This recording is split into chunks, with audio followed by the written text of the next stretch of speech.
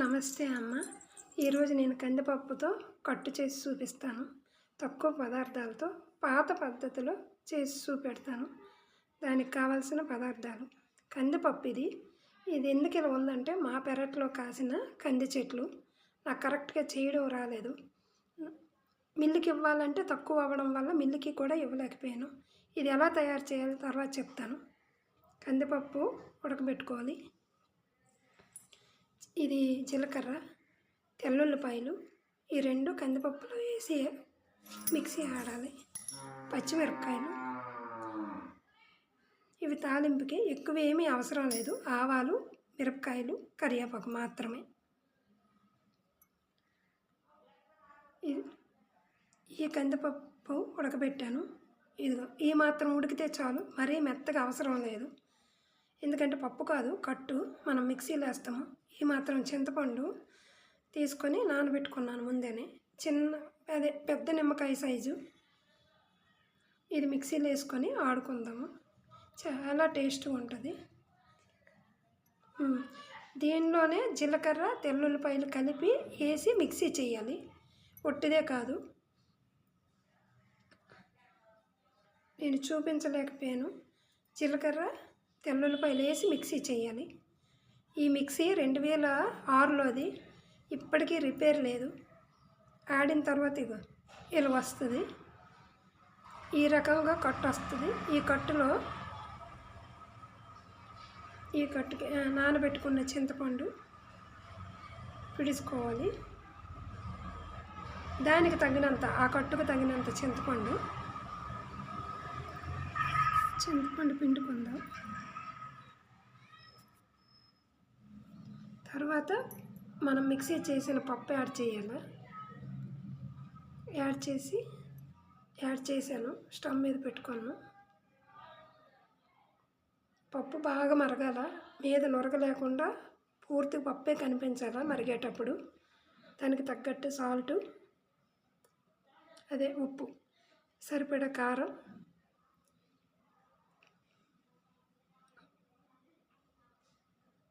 కొంచెం పసుపు, సరిపడా పసుపు వేసుకున్న తర్వాత హైలోనే పెట్టుకోవాలి, ఏం పర్లేదు. ఆ నొరగా ఉండకుండా మరగాల.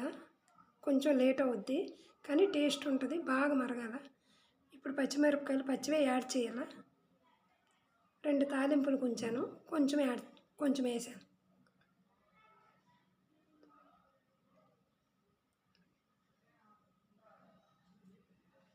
సిమ్లో పెట్టుకొని పప్పు పొంగిపోతుంది. కలుపుకోవాలి. ఆ నొరగ లేకుండా పప్పు మరగాలి. నొరగ అస్సలు ఉండకూడదు. అలా మరిగేటప్పుడే బాగుంటుంది. నొరగ ఉండకూడదు.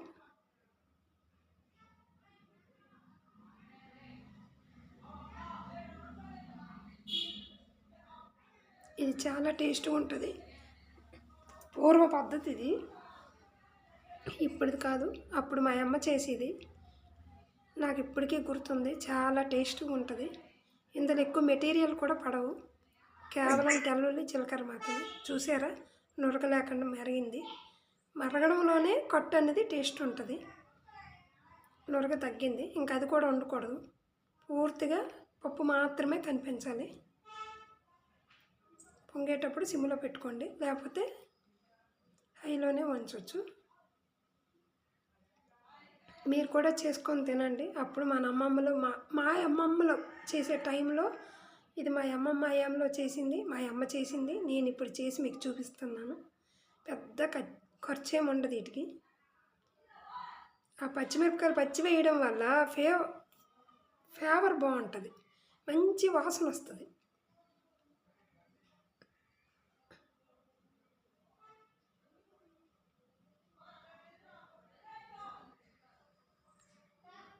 చూసారా పప్పు ఎంత బాగుందో, నొరగలేదు.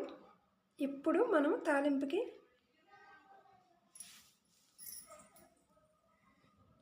వేరే తప్పేలు స్టవ్ మీద పెట్టుకోవాలి.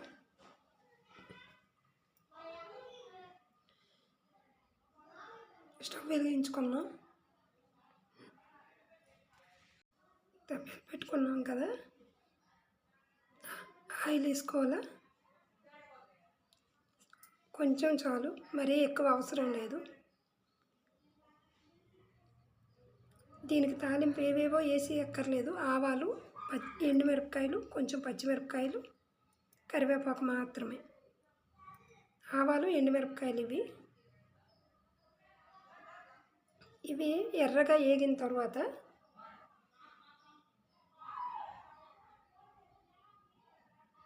పచ్చిమిర్చి, కరివేపాకు యాడ్ చేయాలి. బాగానే వేగుతుంది.